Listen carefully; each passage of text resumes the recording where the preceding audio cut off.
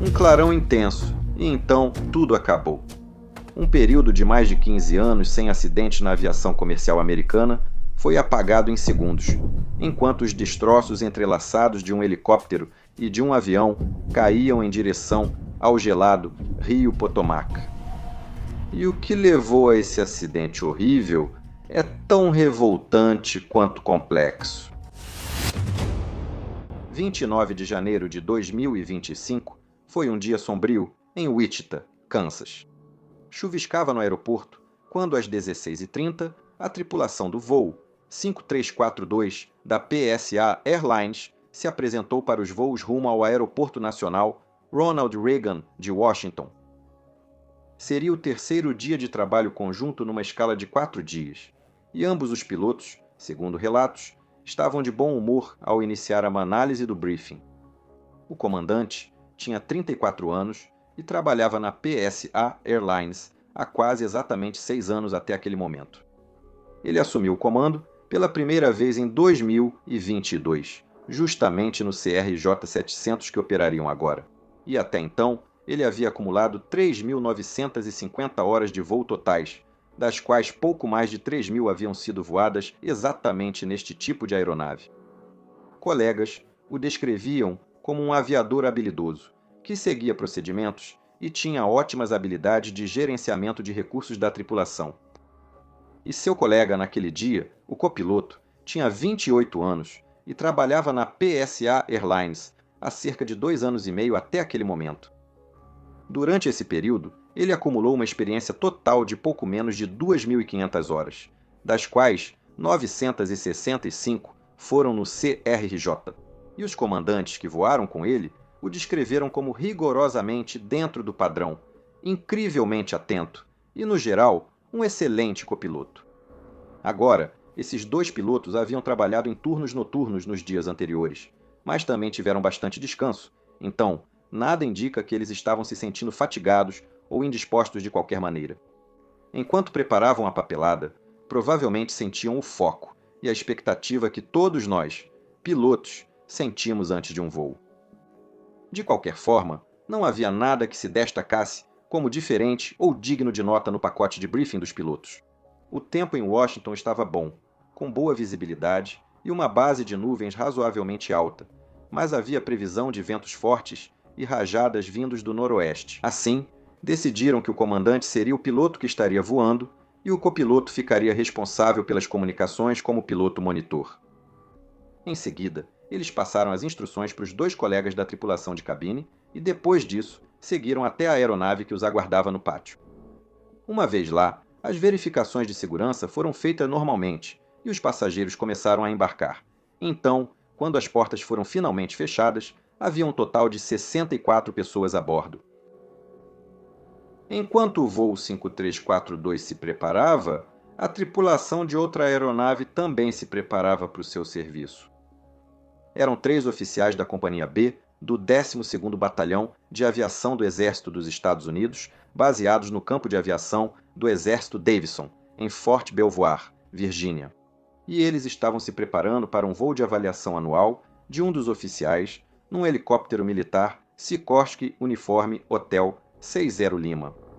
Esse voo, que teria o indicativo de chamada Transporte Aéreo Prioritário, ou PAT-25, avaliaria vários aspectos, incluindo voos utilizando óculos de visão noturna, ou NVGS, e ele seria realizado principalmente com referência visual. Um detalhe importante aqui. Como disse, 3 oficiais estavam previstos para operar o voo noturno. O piloto, que como mencionei, seria avaliado, e portanto, seria principalmente o piloto que estaria voando, tinha 28 anos e possuía licença comercial de helicóptero da FAA, além de habilitação tanto civil quanto militar nesse tipo específico de helicóptero. Na época, ela tinha o posto de capitã e havia sido designada para o 12º Batalhão em 2019. Ela então foi subindo gradualmente nas patentes e no momento deste voo era a líder de pelotão de um recém-formado pelotão de petróleo, óleos e lubrificantes. Mas ela continuou no treinamento de tripulação aérea da Companhia B para voos. Ela havia tido, alguns anos atrás, alguns problemas de treinamento documentados, principalmente relacionados às suas habilidades com o manche e o leme de direção. Mas desde então superou essas dificuldades e durante os anos anteriores a este voo, ela havia recebido, de modo geral, bons feedbacks sobre o seu desempenho em voo em várias avaliações diferentes. Mas dito isso, ela tinha apenas 454 horas totais de voo, das quais 326 haviam sido voadas neste helicóptero.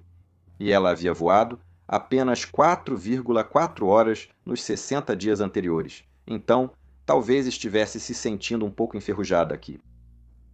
De qualquer forma, ela se apresentou para o serviço às 13 horas e durante a manhã daquele dia, ela falou com seu parceiro, que lembrou como ela estava feliz e animada com o voo de checagem. E ela até o acalmou quando ele demonstrou preocupação com as condições de vento naquele dia. O segundo tripulante no helicóptero era um instrutor de voo de 39 anos que faria a avaliação da piloto nos controles e, por isso, sentaria no assento direito como piloto monitor. Ele tinha uma experiência total de pouco menos de 1.000 horas, das quais 301 haviam sido voadas nesse tipo específico de aeronave. E, na época, ele ocupava o posto de subtenente, designado para a mesma companhia B que o piloto em comando. Colegas diziam que ele seguia procedimentos rigorosamente e era excelente. O piloto de padronização o considerava um dos melhores instrutores. No dia do voo, ele chegou praticamente no mesmo horário que a outra piloto e foi descrito pela equipe como muito atento e, em geral, bem-humorado. O terceiro e último tripulante do helicóptero era um mecânico de voo de 28 anos, com a patente de sargento. Ele entrou na companhia B como mecânico de helicóptero e depois virou mecânico de voo e instrutor, com 1.149 horas de experiência. Tendo acabado de completar seu voo de avaliação com louvor, ele já era visto pelo piloto de padronização do batalhão como um dos melhores e mais inteligentes instrutores com quem trabalhou. Ele também havia assinado entre 13 e 14 horas, e seu trabalho neste voo seria semelhante ao que um engenheiro de voo fazia antigamente numa aeronave. Fazer a inspeção externa, verificar peso e balanceamento, assim como o gerenciamento de combustível, ler as listas de verificação e assim por diante. Mas ele também deveria ajudar na vigilância aérea e observar obstáculos e tráfego. Todos esses pilotos, inclusive os dois do CRJ, tinham exames médicos válidos e boa saúde, então isso não influenciou o que estava por vir. Mas as aeronaves envolvidas teriam. Antes de continuarmos, vamos analisá-las melhor, certo? O CRJ-700 é um jato bimotor moderno de fuselagem estreita com cockpit totalmente digital. E o que seria usado neste voo tinha 20 anos de uso e não apresentava nenhum problema técnico relevante. Ele possuía um sistema de alerta de tráfego e prevenção de colisões, TCAS, 2 versão 7.0, que usava um transponder interno para se comunicar com outros próximos e emitir alertas de tráfego conflitantes. Esse sistema TCAS, então, mostrava o tráfego relevante em seu visor, e se qualquer aeronave se aproximasse dentro de um determinado alcance ou altitude, geralmente dentro de 45 segundos de uma colisão projetada, o chamado alerta de tráfego seria emitido, mudando o símbolo, formato e cor na tela, juntamente com um aviso sonoro automático alto. Tráfego! Tráfego! Agora, a ideia, caso esse tipo de alerta fosse emitido, era de que o piloto não deveria mudar sua trajetória ainda, mas sim começar a procurar o tráfego e se preparar para o possível próximo passo, que seria o que chamamos de aviso de resolução. Isso aconteceria se as aeronaves envolvidas continuassem se aproximando e seria ativado cerca de 25 segundos antes de uma colisão projetada. Se isso ocorresse, os dois transponders das aeronaves em conflito passariam a se coordenar. Assim, um deles, por exemplo, diria aos seus pilotos para "suba, suba", enquanto o outro diria à sua tripulação para "desça, desça". E isso seria acompanhado pelo fato de as aeronaves envolvidas ficarem vermelhas na tela do TCAS, junto com uma indicação mostrando quanto subir ou descer. Agora, este é um sistema fantástico que, sem dúvida, salvou inúmeras vidas ao longo dos anos. mas em 2025 ele também já estava um pouco obsoleto. Veja, o sistema TCAS não consegue fornecer informações verbais mais específicas sobre a direção e a trajetória do tráfego em conflito. Então, para que os pilotos pudessem descobrir isso, eles precisavam olhar para as telas, processar essa informação e depois olhar para cima para tentar localizar o alvo. E além disso, o TCAS não mostra vetores direcionais na tela. Então, para descobrir para onde o alvo está se movendo, você precisa ficar observando ele se mover um pouco na tela para conseguir determinar isso. Mas, na verdade, já existe um sistema substancialmente melhorado disponível. O sistema TCAS do futuro, por assim dizer, é chamado de ACAS-X. Esse sistema pode fazer tudo o que o TCAS faz, mas, em vez de permitir apenas que os transponders das aeronaves equipadas se comuniquem entre si, ele também utiliza um sistema chamado ADS-B-Out e ADS-B-In. Agora, isso é um pouco complicado, mas vou tentar ser breve. ADS-B, ou Vigilância Dependente Automática por Radiodifusão, é o sistema que permite o funcionamento de aplicativos como o Flight Radar 24. Ele utiliza capacidades aprimoradas dentro dos transponders modernos que enviam muito mais informações sobre o voo do que faziam antes. E essas informações enviadas são chamadas de ADS-B-Out, e isso é o que é necessário para que o ACAS funcione plenamente. ADS-B é, então, a capacidade de receber todas essas informações e exibi-las. Assim, usando isso, um sistema AKS-X instalado seria capaz de emitir não apenas um aviso genérico de tráfego, tráfego, mas sim uma descrição muito mais detalhada. Algo como alvo às 2 horas, 200 pés abaixo, movendo-se para leste. Isso tornaria bem mais fácil localizar o tráfego conflitante sem olhar para baixo. A representação do tráfego nas telas também seria bem mais detalhada. Outro benefício desse sistema é a redução de alertas de tráfego espúrios, pois ele pode filtrar o tráfego próximo, que devido à sua trajetória, na verdade não representa uma ameaça, o que tornaria qualquer alerta recebido muito mais relevante. Então, se esse sistema ACAS é tão bom, por que ainda não se tornou padrão? Bem, a triste resposta é a burocracia. Os padrões mínimos de desempenho operacional, ou MOPs, que são o parâmetro que um sistema precisa atender, já foram concluídos para o ACAS, lá em 2018. Mas a EASA, na Europa, só reconheceu isso como um padrão adequado de prevenção de colisão em março de 2025, o que obviamente impediu todos os grandes fabricantes de aeronaves de implementarem até este momento. E, mesmo que provavelmente agora comece a aparecer, no momento em que gravamos, ainda não existe nenhum requisito regulatório para realmente começar a migrar do TCAS para o ACAS. E quando algo caro não é obrigatório, provavelmente não vai acontecer. Isso foi uma pequena digressão, mas é importante que você entenda a burocracia e política que criaram a base para este acidente. Pois isso não foi a única coisa. O Sikorsky Uniform Hotel 60 Lima é um helicóptero militar mais antigo, equipado com um rotor principal de 4 pás, conectado a 2 motores turboeixo General Electric Aerospace T700GA70-1D. A instrumentação é majoritariamente analógica, alimentada por sondas de pitot estática externas e processada por computadores que interpretam os sinais e os envia para vários subsistemas, como o sistema de aumento de estabilidade, instrumentos e os visores head-up do piloto. Posso detalhar mais, mas vou focar apenas nos pontos mais relevantes deste helicóptero que você precisa saber. Primeiro, ele estava equipado com um transponder, capaz de operar no modo S e ADS-B-Out, que deve funcionar bem com o sistema TCAS. O helicóptero não tinha o TCAS instalado e depois foi descoberto que o transponder a bordo também não funcionava corretamente durante o voo. Então, apesar de emitir um sinal de modo S, sua funcionalidade ADS-B-Out não estava operacional.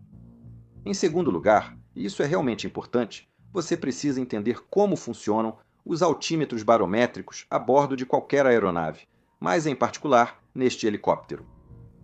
Um altímetro barométrico simples é um medidor de pressão que detecta alterações na pressão estática e as indica nos instrumentos de altímetro a bordo.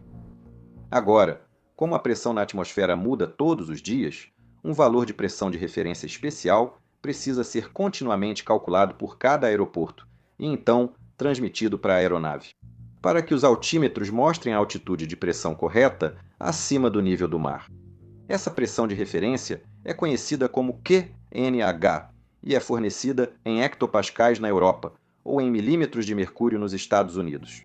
Então, se essa pressão estiver ajustada corretamente, os altímetros barométricos indicarão uma altitude de pressão razoavelmente correta. Mas somente se a pressão estática puder ser medida num local silencioso. Como você pode imaginar, isso é difícil num helicóptero em voo, constantemente afetado pelo fluxo descendente das pás do rotor.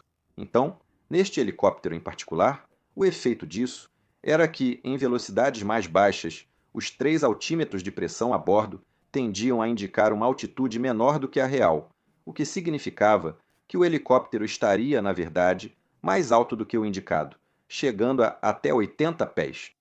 Essa indicação errada diminuía com o aumento da velocidade de avanço, mas nesse helicóptero havia outro problema. Esse problema era que ele tinha um sistema de suporte para cargas externas, ou ESSS, basicamente 2 pequenas asas com tanques acoplados. Isso alterava as propriedades aerodinâmicas do helicóptero devido ao fluxo descendente, agravando os problemas de leitura excessiva. Combinados, isso poderia levar os pilotos a lerem uma altitude de pressão até 100 pés mais baixa do que a real. Essa altitude também era enviada pelo transponder do helicóptero ao controle de tráfego aéreo e a aeronaves com TCAs próximas. Esse fato não era indicado no cockpit e, nas verificações de manutenção, o sistema funcionava corretamente, pois normalmente eram feitas no solo, com motores desligados e sem fluxo descendente. Além disso, o helicóptero tinha 3 radioaltímetros que mediam a altura em relação ao solo por ondas de rádio. Esses não eram usados rotineiramente na navegação, pois oscilavam conforme o terreno, e a maioria das autorizações se baseava no nível do mar. Apesar desses problemas, o helicóptero de 24 anos estava, no geral, em boas condições, enquanto os 3 pilotos o preparavam para a missão da noite. Por volta das 18h45, eles decolaram de Davison e começaram a voar para o oeste, em direção a um campo de pouso privado com pista de grama, em Culpeper, Virgínia. Com o piloto que estava voando no assento da esquerda, o piloto instrutor no assento da direita e o mecânico de voo em seu assento, levemente à esquerda, atrás do piloto em comando. Após breve pouso em Culpeper, seguiram ao norte, fizeram exercícios aéreos e continuaram direto para leste, pousando num heliporto em Laytonsville, Maryland, por volta das 20h25. 3 minutos depois, decolaram novamente e voaram de volta para Washington, D.C. Agora, embora não tenhamos muitos detalhes sobre essas partes iniciais do voo, tudo parece ter ocorrido sem problemas. 7 minutos antes do helicóptero decolar de sua base, o voo PSA American Airlines 5342, indicativo Blue Streak 5342, já havia decolado de Wichita e subia para sua altitude de cruzeiro a leste. E, pelo que podemos perceber, a subida, o cruzeiro e a descida inicial desse voo parecem ter ocorrido sem qualquer problema. Por volta das 20h30, as 2 aeronaves se aproximavam de DC, mas vindo de direções diferentes. Uma voando visualmente, por corredores definidos, que abordaremos em breve, e a outra seguindo autorizações do controle de tráfego aéreo, descendo conforme regras de voo por instrumentos. Antes de falarmos sobre o ocorrido, é essencial que você entenda o tipo de aeroporto e espaço aéreo que essas 2 aeronaves se aproximavam. Obviamente, Washington, D.C. é a capital dos Estados Unidos e, portanto, abriga vários centros de poder político, como a Casa Branca, o Congresso, Capitol Hill e o Pentágono. Por isso, ao longo dos anos, tornou-se um destino prestigiado e importante para companhias aéreas e um local movimentado para o tráfego de helicópteros militares, policiais e de VIPs. O Aeroporto Nacional de Washington, o DCA, destino do voo 5342, é o mais central dos 5 principais aeroportos da cidade, a apenas 3 milhas náuticas do centro. E por isso, era o destino favorito dos políticos que vinham dos seus respectivos estados. E possivelmente, como resultado direto disso, o tráfego para o DCA nas décadas anteriores havia mudado radicalmente. Em 1991, o DCA registrou pouco mais de 285 mil operações IFR e em 2024. Esse número havia subido um pouco, para pouco mais de 298 mil, o que representa um aumento de apenas cerca de 4,4%. A grande mudança não era o número total de movimentos de aeronaves, mas o tipo de tráfego usando o aeroporto. Em 1991, as operações de companhias aéreas representavam cerca de 175 mil movimentos, ou aproximadamente 61% do tráfego IFR do DCA, e o restante era composto por uma mistura de táxi aéreo, aviação geral e um pequeno número de voos militares. Mas em 2024, as operações de companhias aéreas haviam subido para mais de 294 mil movimentos, o que representava quase 99% do tráfego IFR. E, ao mesmo tempo, o táxi aéreo e a aviação geral quase desapareceram, caindo de mais de 110 mil movimentos combinados em 1991 para menos de 4 mil em 2024. Agora, isso é importante porque nem todos os movimentos geram a mesma quantidade de pressão operacional.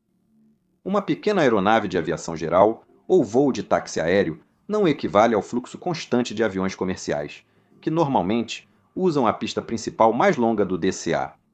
Então, mesmo que o número total de operações IFR mal tenha mudado, o aeroporto, durante esse período, passou a ser muito mais dominado pelo tráfego de companhias aéreas regulares e, portanto, ficou mais congestionado.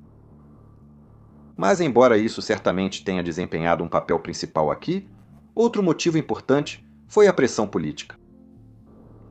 O Aeroporto Nacional de Washington é considerado com restrição de slot há décadas, ou seja, suas operações são restritas e controladas pelo Congresso. E, de acordo com nossas fontes, o Congresso vinha, há muitos anos, adicionando mais slots, apesar dos protestos das autoridades do aeroporto, aparentemente para conquistar votos de membros do Congresso, que assim se beneficiariam pessoalmente com o aumento de voos para os seus distritos de origem. O voo 5342 provavelmente era um desses, incluído entre 2023 e 2024, após lobby de representantes do Kansas. A política teve papel importante aqui. Mas enquanto outros aeroportos talvez pudessem acomodar esse tipo de crescimento, adicionando outra pista ou terminal, esse não era o caso no Aeroporto Nacional de Washington. Veja, esse aeroporto foi construído numa península no meio do rio Potomac e originalmente tinha 3 pistas ativas. A pista 0119, que é a pista principal, a pista 1533, que é a pista cruzada mais curta, e a pista 0422, que na época dessa história estava sendo usada apenas para decolagens na direção da pista 04. Como você pode ver, não havia espaço para adicionar nada nesse local, o que mostra que o DCA ficou cada vez mais limitado em espaço ao longo das décadas. Como você acha que isso foi administrado na época? Bem, o tráfego que chegava ao DCA era inicialmente controlado por um órgão de controle conhecido como Potomac Tracom, que canalizava esse tráfego vindo de níveis mais altos e fornecia vetoração para espaçá-los até que estivessem a cerca de 5 milhas náuticas do DCA, onde o controlador da torre local assumia o controle. Agora, a torre do DCA havia solicitado ao Potomac que fornecesse pelo menos 4 milhas náuticas de espaçamento para permitir algumas decolagens entre os pousos. Mas esse pedido nem sempre era atendido, especialmente durante os períodos mais movimentados do dia. Então, para manter o tráfego fluindo nos dias de tempo bom, e quando o aeroporto estava operando em sua configuração norte, os controladores de torre, rotineiramente, começaram a perguntar às tripulações das aeronaves comerciais se poderiam aceitar mudar a pista de pouso de 01 para a 33. Isso proporcionaria um espaço extra para as decolagens na pista principal sem atrasar as chegadas e, portanto, resolveria o problema. Agora, as tripulações das aeronaves comerciais podiam, é claro, recusar isso se não estivessem devidamente preparadas ou se o desempenho de pouso não permitisse, mas todos geralmente tentavam ajudar o máximo possível. Obviamente, isso não parece o ideal, e o Potomac Tracom já havia solicitado uma redução nos voos permitidos para o DCA ainda em 2023. Mas então, eles foram informados pela administração do distrito que deveriam retirar esse pedido porque era, e aqui eu cito, político demais. Essa era a situação para aeronaves de asa fixa, especialmente aviões comerciais. Mas e o tráfego de helicópteros? Bem, é aqui que as coisas começam a ficar realmente complicadas e, francamente, um pouco difíceis de entender. Como você pode imaginar, havia grande necessidade de helicópteros na área por vários motivos.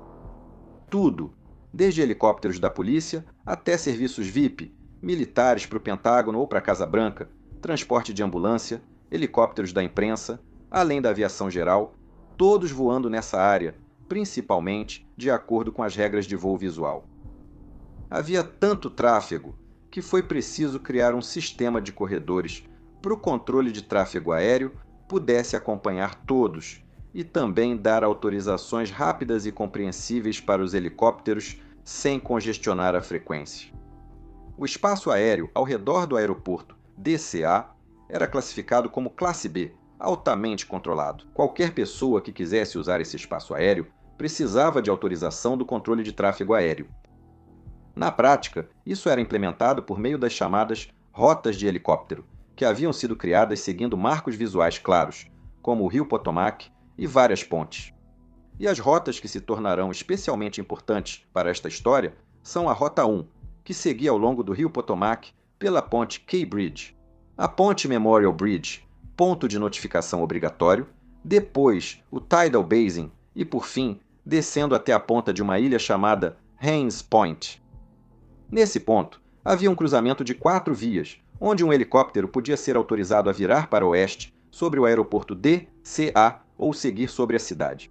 Mas, se um helicóptero quisesse continuar seguindo o rio para o sul, em direção ao campo de aviação do Exército Davison, então ele precisava descer até um máximo de 200 pés e seguir pela Rota 4, o que o levaria abaixo da trajetória de aproximação para a pista 33 do DCA.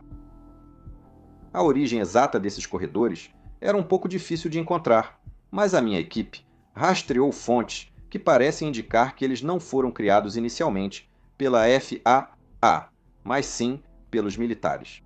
E a FAA, então, simplesmente os adotou em algum momento, após uma avaliação de risco pouco clara. Agora, essas rotas de helicóptero não eram especificamente definidas em termos de largura, nem eram mostradas em nenhuma carta IFR que os pilotos das aeronaves carregavam. Haviam altitudes máximas indicadas e uma descrição verbal das rotas a serem seguidas. Mas, como foi descoberto posteriormente, mesmo que um helicóptero mantivesse a altitude máxima de 200 pés na Rota 4, conforme indicado em sua carta, isso proporcionaria apenas 75 pés de separação da rampa de planeio de 3 graus para a pista 33 em DCA, e apenas na parte da rota mais próxima à margem do rio. Mais adiante, essa margem diminuía significativamente. Agora, em entrevistas posteriores, vários pilotos de helicóptero indicaram que presumiram que a altitude máxima dessas cartas os manteria afastados do tráfego, o que, como se constatou, não era o caso. Na prática, isso significava que um helicóptero não podia ser autorizado na Rota 4 com tráfego de pouso na pista 33. Assim, os controladores de torre podiam escolher dar órbita de espera aos helicópteros ou pedir que mantivessem a separação visual do tráfego em aproximação, algo que exigia significativamente menos monitoramento por parte do controlador e melhorava o fluxo de tráfego, o que vale a pena lembrar aqui. E houve muitos incidentes envolvendo helicópteros e aviões comerciais no DCA ao longo dos anos. Entre janeiro de 2018 e fevereiro de 2025, foram registradas mais de 4.000 ocorrências de aeronaves chegando a menos de 1.000 pés de helicópteros. E em 348 destes casos, eles acabaram ficando a menos de 500 pés de distância. Isso é mais de 5 vezes ao mês. E, mesmo que muitas dessas quase colisões tenham gerado relatórios formais, a FAA e os militares ainda não reconheceram isso como um potencial problema sério de segurança. Isso indica problemas claros nos sistemas de gestão de segurança dessas organizações. Na verdade, em 2013, um jato regional quase colidiu com um helicóptero militar na área. Isso fez o grupo de trabalho da torre, do DCA e dos helicópteros pedir que a Rota 4 fosse afastada da trajetória de aproximação da pista 33. Mas esse pedido, no fim, não levou a nada. Agora, imagino que muitos de vocês estejam balançando a cabeça em silêncio neste momento. E vocês têm toda a razão, porque isso é revoltante. A única razão que minha equipe e eu encontramos para essas rotas não terem sido alteradas antes foi que a FAA provavelmente teria que coordenar isso com todos os usuários do espaço aéreo ao redor do DCA. E isso incluía os militares, que viam essas rotas como uma exigência de segurança nacional e, portanto, superiores à necessidade do tráfego aéreo civil. Esse era provavelmente o motivo do PAT 25 treinar ali. E só o Departamento de Defesa, o Congresso ou o presidente poderiam alterar questões de segurança nacional. Mas não importa o motivo, todas essas coisas que acabei de descrever criaram um espaço aéreo muito complexo ao redor do DCA, com vários tipos diferentes de tráfego aéreo constantemente entrando e saindo. Isso me leva aos próximos personagens principais desta história, os controladores de tráfego aéreo. Na verdade, 5 pessoas estavam na torre naquela noite, mas vou me concentrar naqueles que realmente estavam trabalhando com as aeronaves em voo por volta das 20h30, enquanto essas 2 aeronaves envolvidas se aproximavam do DCA. Primeiro, temos o controlador local, que na época era responsável tanto pelo tráfego de helicópteros quanto pelo tráfego IFR se aproximando do DCA, numa posição conhecida como posição combinada. Ele tinha 36 anos e trabalhava na torre do DCA desde 2022. Nesse dia, ele iniciou o turno às 14 horas, passou por várias posições e assumiu o controle local e de helicópteros às 19h28. Isso indica que ele estava nessa posição há pouco mais de 1 hora, quando o voo PSA 5342 entrou em sua frequência. Ele era, então, auxiliado por uma controladora assistente local de 41 anos, que também trabalhava na torre do DCA desde 2022. Ela registrou o ponto, junto com o controlador local, e revezava entre posições diferentes. No momento em que o voo 5342 estava se aproximando, ela deveria apoiar o controlador local, mas também realizar algumas tarefas administrativas, como registrar os movimentos dos helicópteros. Além desses 2 controladores, havia um supervisor de operações de 36 anos na torre, responsável pela supervisão operacional, garantir que tudo funcionasse de forma eficiente e, de forma crucial, decidir quando as posições de controle de helicóptero e controle local deveriam ser combinadas ou separadas para envolver 2 controladores distintos. Para fazer isso, ele precisava manter consciência situacional constante e monitorar a carga de trabalho dos colegas. Mas um detalhe realmente importante a ser observado aqui é que, enquanto os controladores precisavam trocar de posição e fazer pausas regulares para garantir que permanecessem atentos, não havia regras tão claras para o supervisor. Então, no momento em que essas 2 aeronaves entraram no espaço aéreo do DCA, ele já estava naquela mesma posição por cerca de 2 horas e possivelmente estava começando a perder um pouco do foco. Então, por que isso é importante? Bem, como eu disse, era dever dele decidir se o controlador local também deveria lidar com o tráfego de helicópteros. E enquanto anteriormente era necessária documentação para apoiar, Quando decisões de combinar ou dividir funções eram tomadas, isso já não era mais o caso naquele momento. Não sabemos qual foi o raciocínio dele aqui, mas o que sabemos é que, embora a complexidade do tráfego tenha aumentado por volta das 20h30, o supervisor não percebeu isso. Então, as funções permaneceram combinadas. Claro, havia prós e contras nisso.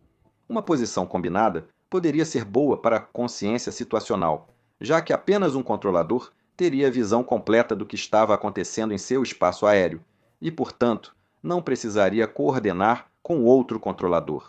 Mas isso só é eficiente até certo ponto, depois passa a ficar excessivo.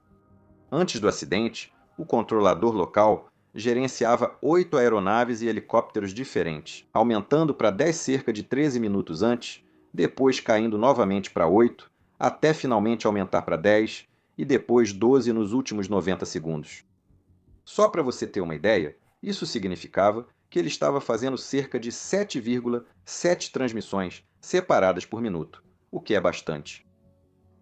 Vale notar que, ao fazer isso, o controlador local usava 2 frequências diferentes para helicópteros e aeronaves em aproximação.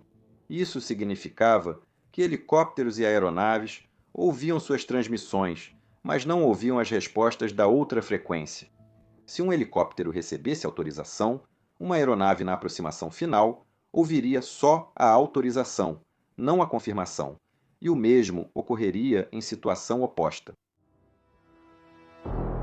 Então, dito isso, vamos voltar ao ar e acompanhar o que aconteceu com Pat 25 e Blue Streak 5342 enquanto sobrevoavam as luzes intensas do centro de Washington. Às 20 horas, 30 minutos e 19 segundos, Pat 25 tentou contatar a torre do DCA pela primeira vez, pedindo acompanhamento de voo de volta à base em Davison. Por algum motivo, essa chamada nunca foi registrada, o que acabou sendo bom, pois eles não precisavam de acompanhamento de voo, mas sim de autorização para atravessar o espaço aéreo classe B. O gravador de voz do cockpit mostra que o primeiro pedido foi feito pelo piloto à esquerda, que parecia estar monitorando no momento, mas isso logo mudaria. Havia um clima descontraído no helicóptero, e ambos os pilotos usavam óculos de visão noturna que limitam o campo de visão a cerca de 40 graus, mas ampliam bastante as referências externas à noite. Esses óculos de visão noturna eram presos aos capacetes, permitindo aos pilotos olhar para os instrumentos sem eles, mas usá-los ao olhar para frente ou para fora. Agora, como mencionei no início, esse helicóptero não estava equipado com TCAS, nem possuía nenhum visor de navegação sofisticado. Mas registros da base do piloto indicam que um receptor ADS-B Stratus estava desaparecido após o acidente, e 2 iPad minis, com o aplicativo 4Flight, foram recuperados posteriormente. Assim, é possível que os pilotos usassem esses dispositivos presos às pranchetas de joelho para auxiliar na navegação e consciência do tráfego, prática que vários pilotos militares depois confirmaram ser comum. Agora, o aplicativo 4Flight tem a capacidade de fornecer avisos e informações de tráfego usando ADS-BIN, mas, se tivesse sido utilizado, esses tablets não estariam conectados aos capacetes dos pilotos de qualquer forma, então qualquer aviso sonoro não teria sido ouvido. O helicóptero descia para cerca de 1.500 pés para se preparar para entrar na Rota 1 de helicópteros, e às 20 horas e 32 minutos, os pilotos tentaram novamente entrar em contato com a torre, desta vez com sucesso. Pat 25 agora solicitou prosseguir pela rota 1 até Davison e o controlador respondeu fornecendo o QNH local para os altímetros deles, 29,89, e então pediu a posição deles. A mensagem estava tão distorcida e cheia de estática que a tripulação do helicóptero não entendeu o controlador. Por isso, o piloto à esquerda apenas repetiu: Pat 25, prosseguir conforme solicitado. Não foi o que o controlador disse, e os 2 pilotos continuaram discutindo a baixa qualidade do rádio. Às 20 horas, 32 minutos e 50 segundos, os pilotos instrutores Então pareceram ter decidido que era hora do piloto no assento da esquerda assumir os comandos. É possível que ela tenha assumido o rádio por um tempo para ser avaliada em suas funções de piloto-monitor e que agora fosse hora de voltar a pilotar. Um minuto depois, o controlador chamou o PAT 25 de novo e pediu que acionassem o idente, pressionando um botão no transponder para identificar o eco de radar na tela do controlador. Lembre-se, ele já tinha pedido a posição deles antes. Os pilotos atenderam ao pedido enquanto respondiam à chamada, e o controlador logo informou a sua posição e solicitou que repetissem os pedidos. Enquanto isso acontecia, havia uma infinidade de outras chamadas de aeronaves e helicópteros, tanto do solo quanto no ar. Então, o controlador local já estava ficando muito ocupado. PAT 25 repetiu seus pedidos para a Rota 1, rapidamente aprovados pelo controlador, mas as transmissões continuavam parcialmente bloqueadas por estática e má qualidade do rádio. Então, os pilotos continuaram conversando sobre isso enquanto seguiam pela rota. Ao mesmo tempo, os pilotos do voo PSA 5342 já haviam entrado na área de controle do Potomac TRACON e estavam descendo ao sul do aeroporto Washington Dulles. Preparativos concluídos. Tripulação configurou e fez briefing para a aproximação visual Mount Vernon, na pista 01 do DCA. Mas, considerando que ambos os pilotos eram experientes em operações no DCA, é provável que eles também tenham discutido a possibilidade de ter que virar à direita para um circuito visual à esquerda para a pista 33, já que isso acontecia com bastante frequência. De qualquer forma, até esse momento, tudo ainda estava indo conforme o planejado para eles, então vamos voltar ao helicóptero. Por volta das 20h38, chegou a Cabin John, onde deveriam virar para o leste e entrar na Rota 1, mas ao invés disso, seguiram para o oeste. O instrutor rapidamente percebeu isso e perguntou para onde estavam indo, o que fez a piloto que estava nos comandos perceber o seu erro e iniciar uma curva ampla à esquerda para voltar a uma rota leste. Mas aqueles segundos extras logo teriam consequências realmente graves. O helicóptero agora desceu para uma altitude de 800 pés e continuou seguindo o rio Potomac ao longo da Rota 1. Enquanto o PAT 25 fazia um leve desvio, o voo 5342 finalizava um longo vetor na perna do vento. Estavam prestes a receber instrução do controle de aproximação para virar à esquerda e interceptar o localizador para a aproximação visual Mount Vernon, na pista 01. Sim, o localizador poderia ser usado para isso, mesmo sendo uma aproximação visual, desde que a aeronave virasse à esquerda a 5,9 milhas náuticas do VOR-DCA e passasse a seguir o rio. Imagino que seja por questões de ruído. Então, às 20h39, foi exatamente isso que esses pilotos receberam autorização para fazer, após o que também foram instruídos a passar para a frequência da torre do DCA. Na torre, nesse momento, o controlador local estava lidando com 9 aeronaves diferentes, das quais 4 eram helicópteros em posições distintas, e o voo 5342 estava prestes a se tornar a 10ª aeronave. O pico de chegada se aproximava, e o controlador tinha dificuldade em manter a distância de 4 milhas entre aeronaves em pouso, para liberar as decolagens. Então, a essa altura, ele começou a perguntar às aeronaves em aproximação para a pista 0 se poderiam circular para pousar na pista 33. Enquanto isso acontecia, PAT 25 continuava em sua rota e a recepção das transmissões de rádio deles não havia melhorado. Além disso, o vento forte já começava a afetar o controle do piloto, levando o instrutor a intervir com orientações suaves.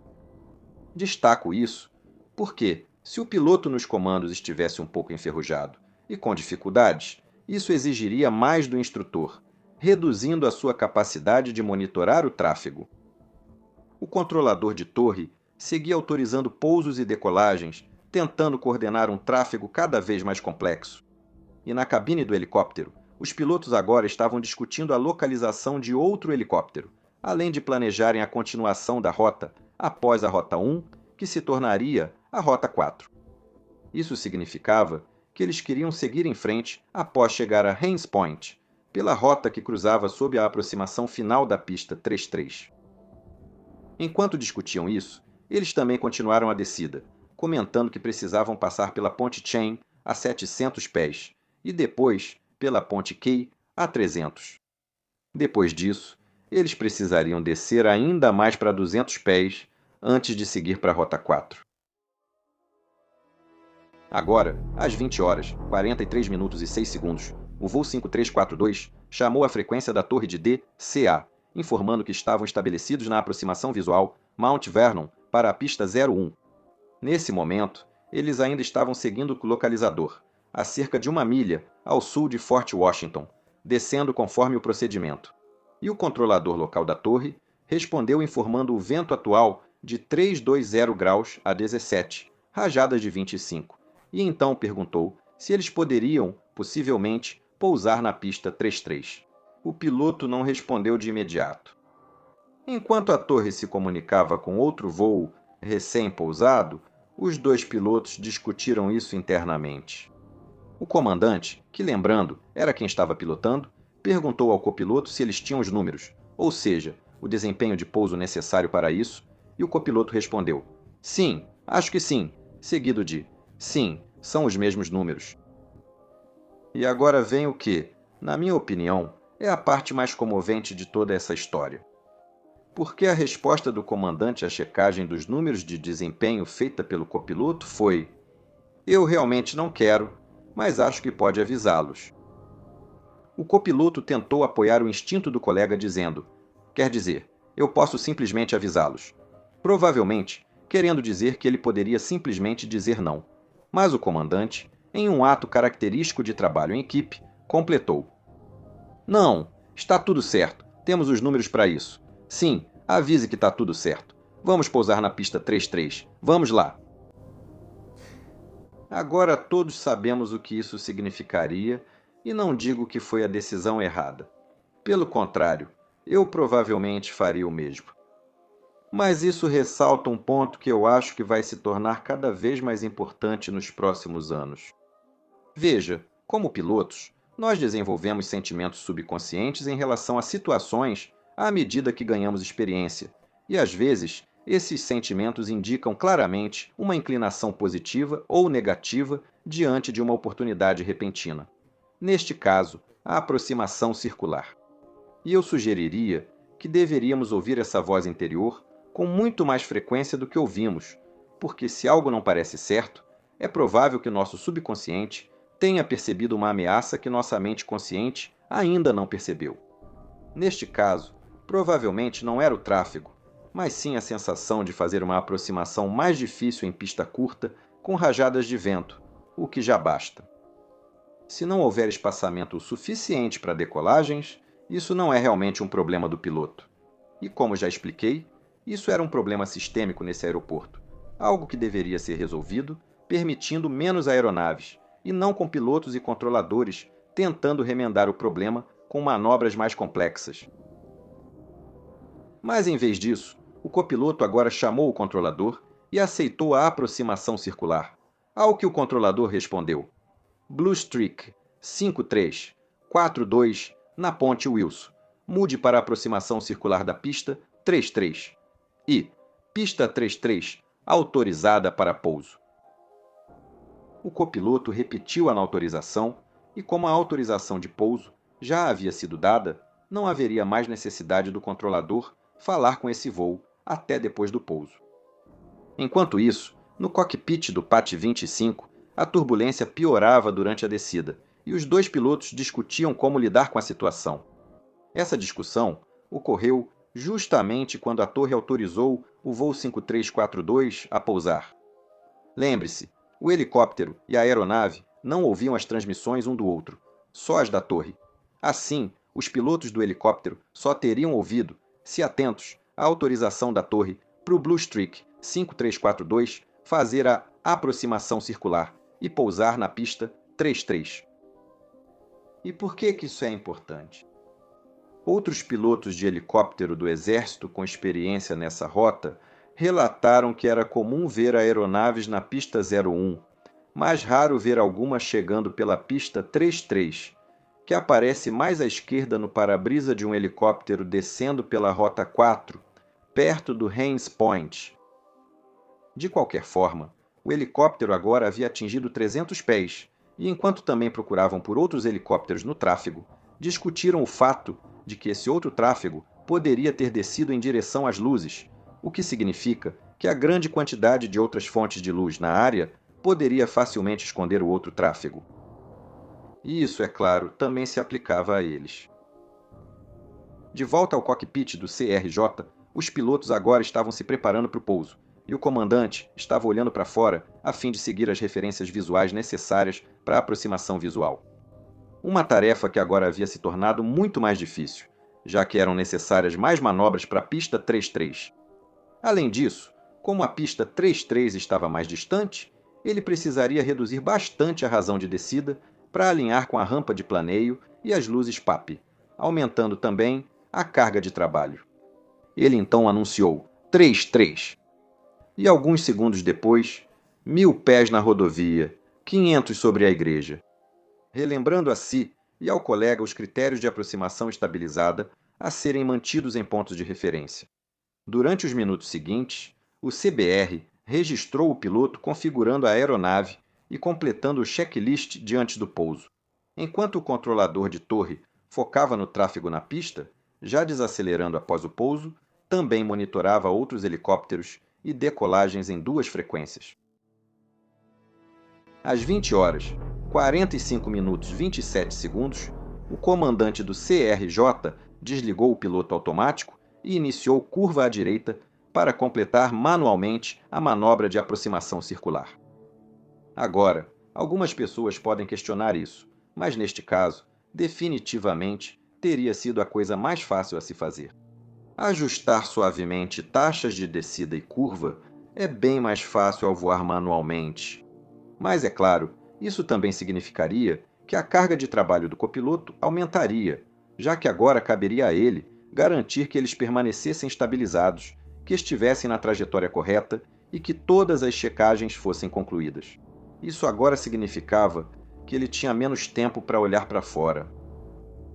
PAT 25 já havia passado neste ponto o canto nordeste da ilha Roosevelt e agora estava atingindo 200 pés, que era a altitude máxima a ser mantida durante a transição para a Rota 4. Às 20 horas, 45 minutos 14 segundos, o piloto instrutor informou a sua posição como ponte memorial, confirmada pelo controlador da torre. Enquanto isso, o instrutor orientava a piloto sobre o uso do leme em ventos fortes e turbulência. Depois, fizeram uma curva à esquerda rumo ao Lago de Maré. O piloto instrutor alertou sobre guindastes, disse que estavam altos, a 300 pés, e pediu para descer.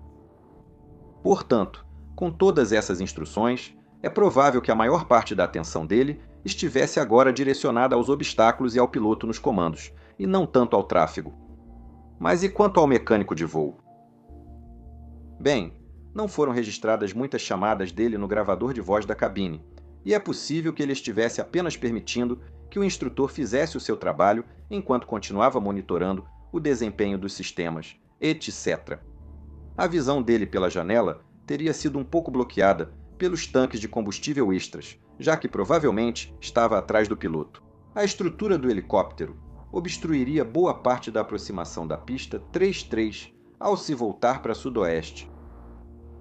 As 2 aeronaves estavam muito próximas, então, às 20 horas, 46 minutos e 1 segundo, o controlador local chamou o PAT 25 e os alertou. PAT 25, tráfego logo ao sul da Ponte Wilson, é um CRJ a 1.200 pés, circulando para a pista 33. Essa mensagem também teria sido ouvida no voo 5342. Mas, devido à baixa qualidade das transmissões de rádio, a palavra circulando nunca foi ouvida a bordo do helicóptero, ou pelo menos não foi registrada no CVR. E isso é importante, porque essa era uma palavra que teria feito o piloto instrutor procurar o CRJ num lugar diferente de todas as outras aeronaves que estavam alinhando para pousar no DCA. Nunca poderemos ter certeza, é claro, mas é provável que o piloto instrutor, ao ouvir essa mensagem, tenha olhado para cima, visto as luzes de pouso de outra aeronave se aproximando da pista 01 e, portanto, tenha respondido quase imediatamente. PAT 25 avistou o tráfego, solicita separação visual. E o controlador rapidamente respondeu: separação visual aprovada. O helicóptero sobrevoava a Bacia das Marés a cerca de 6,5 milhas do voo 5342, que seguia para interceptar a aproximação final da pista 33.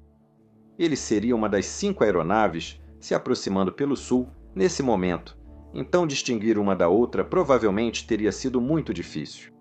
E sabendo disso, talvez seja uma boa ideia aqui discutir o que o termo separação visual significa. Separação visual é um termo que os fãs deste canal já me ouviram mencionar. É basicamente exatamente o que parece. É quando uma ou várias aeronaves garantem que não estão em rota de colisão umas das outras com base em enxergar umas às outras e evitar o contato. Teoricamente, é uma ferramenta aceitável, mas apresenta muitos problemas, como depender dos sentidos humanos falíveis para medir velocidade, distância e taxa de fechamento. Além disso, é importante focar no alvo certo, especialmente à noite, e ao usar óculos de visão noturna com campo de visão limitado. Mas no DCA, na época, o uso da separação visual havia se tornado norma, algo que aliviava o controlador local de ter que emitir órbitas de espera para os helicópteros e, portanto, ajudava muito no fluxo geral do tráfego. Além disso, provavelmente de forma subconsciente, diminuía a necessidade do controlador monitorar o tráfego tão de perto, pois podia supor que mantinham a sua própria separação. Também é possível que alguma complacência tenha surgido aqui, porque outros pilotos de helicóptero do Exército, posteriormente, testemunharam que, às vezes, chamavam tráfego à vista, solicito separação visual, mesmo antes de realmente ver esse tráfego, para facilitar o fluxo, já que sabiam onde ele estaria. Você percebe os buracos no modelo do queijo suíço começando a se alinhar? Enquanto isso acontecia, o controlador assistente na torre estava realizando algumas tarefas administrativas e o supervisor não sentiu que a carga de trabalho para o controlador estivesse maior do que normalmente seria. O trabalho continuou e o controlador passou a lidar com outros tráfegos, assumindo que PAT 25 tinha o voo 5342 à vista. Por isso, ele nunca deu informações diretas de tráfego aos pilotos no CRJ. No helicóptero, o instrutor comentou sobre o tráfego. Hoje ele está enfileirando todo mundo. Ao que o piloto que estava voando respondeu: está meio movimentado. E o instrutor, então, continuou falando sobre como o vento de cauda, vindo em ângulo e com rajadas que eles estavam enfrentando, iria empurrá-los. Então, o piloto que estava voando respondeu corrigindo um pouco a proa contra o vento, enquanto explicava como estava usando os pedais. Tudo isso acontecia enquanto o helicóptero sobrevoava Haines Point, rumo à Rota 4. Lembre-se, corrigir a proa contra o vento vindo da direita exigiria guinar mais à direita, fazendo as luzes de pouso do voo 5342 aparecerem mais à esquerda nas janelas deles. O CRJ já descia passando por 2.200 pés, rumo à pista 33. Pela minha experiência, posso dizer que o foco dos dois pilotos era manter velocidade e trajetória, pois provavelmente buscavam o eixo da pista e as luzes PAP para a aproximação final. Outros helicópteros também chamaram a torre rapidamente, seguidos por um voo da American Airlines, que acabara de entrar na aproximação final da pista 01. Então, o controlador local estava ficando cada vez mais ocupado, tentando manter tudo sob controle. Logo após o voo 5342 entrar na aproximação final, seu sistema EGPWS anunciou 500, o que fez o copiloto anunciar 500 pés em cima do bug, descendo 7, estável, confirmando que todos os parâmetros estavam estabilizados para o pouso. E a isso, o comandante respondeu: confere, tudo perfeitamente de acordo com os procedimentos operacionais padrão. Eu realmente quero destacar aqui que esses dois pilotos estavam fazendo tudo certo, e neste momento, eles não faziam ideia do perigo que vinha em direção a eles por baixo, mas isso estava prestes a mudar.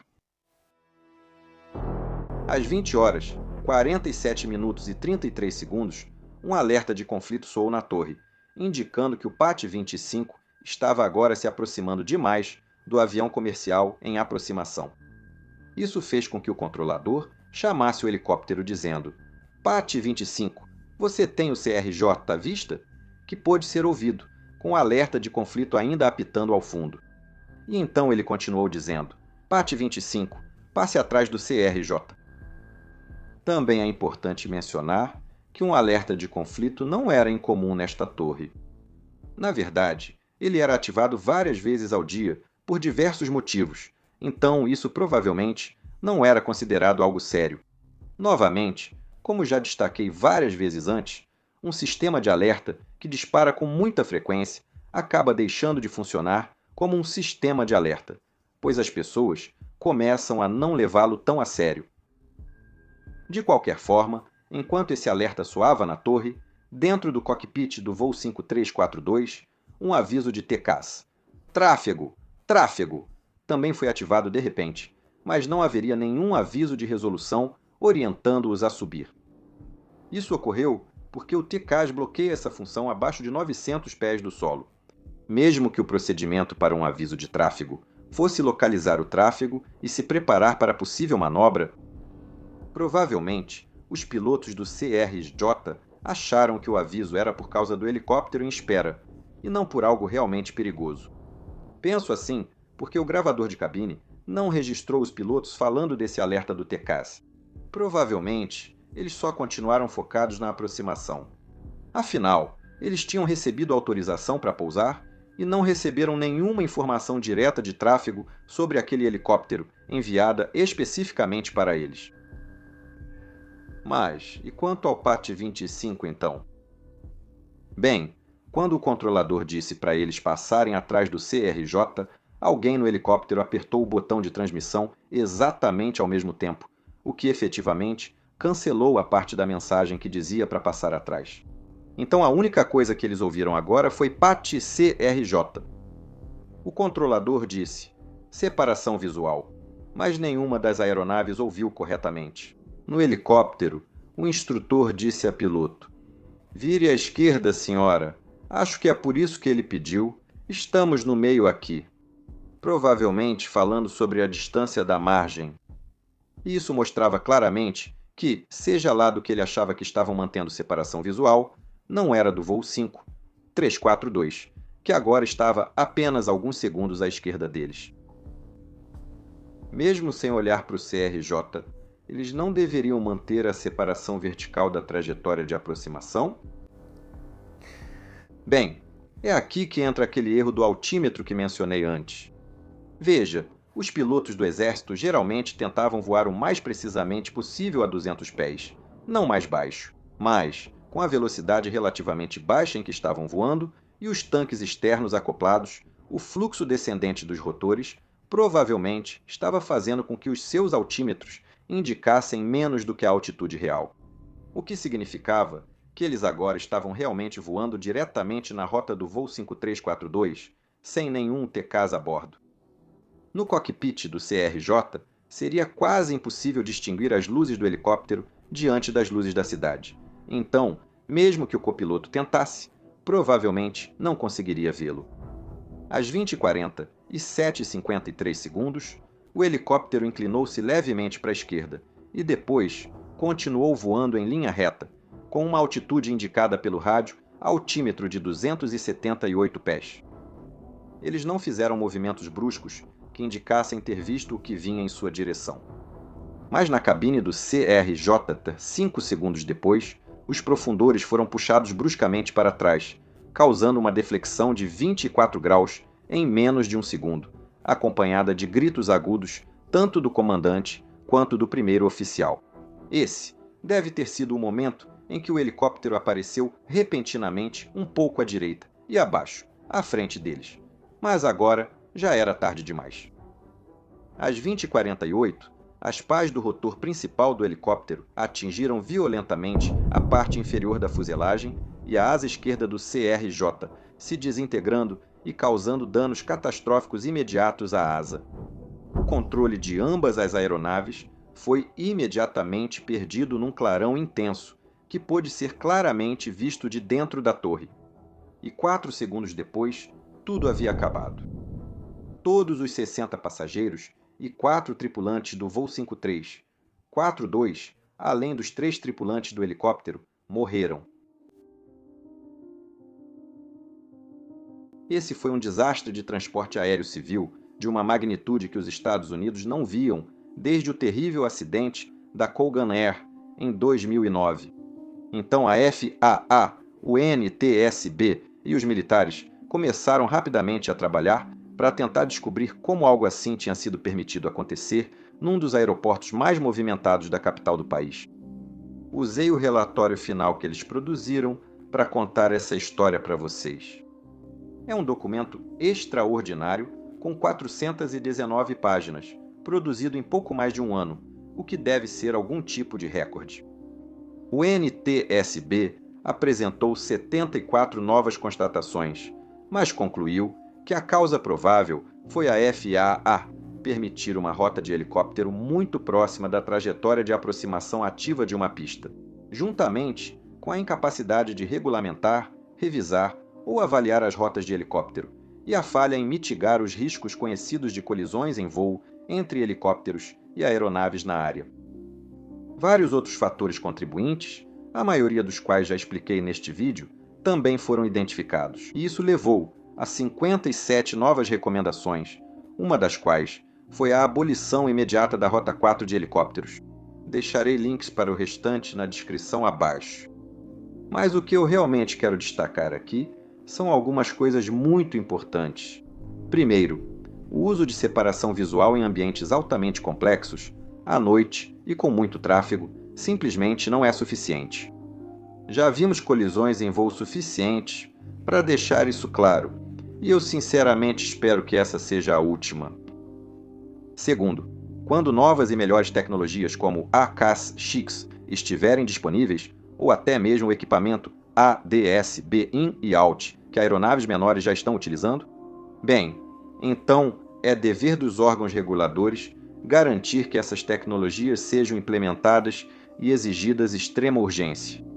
Se o helicóptero e a aeronave desta história tivessem esse sistema, provavelmente ele teria apontado o conflito em desenvolvimento mais cedo e claramente, talvez evitando toda essa tragédia. E por fim, o Aeroporto Nacional de Washington foi autorizado a crescer além de sua capacidade segura durante anos, sem que nenhum responsável tomasse uma atitude para impedir isso, mesmo com algumas pessoas envolvidas claramente alertando sobre o problema. Isso fez com que o tráfego e o porte das aeronaves aumentassem, já que o aeroporto se tornou um destino de prestígio para senadores de todo o país, e com isso, as margens de segurança começaram a diminuir. Agora, se sistemas de gerenciamento de segurança eficazes estivessem em vigor tanto nas Forças Armadas quanto na FAA e em outros órgãos, alguém deveria ter tomado uma atitude e interrompido isso, mas infelizmente isso não aconteceu.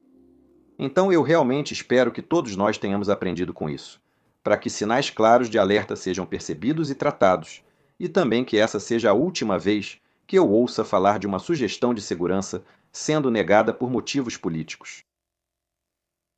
Essa tarefa foi difícil, principalmente porque um membro da equipe tinha amigos que morreram no acidente. Então, eu realmente espero que você termine este vídeo entendendo melhor o que realmente causou isso. Meu nome é Peter Hörnfeld e você está assistindo ao Mentor Pilot. Tenha um dia absolutamente fantástico e nos vemos na próxima. Tchau, tchau!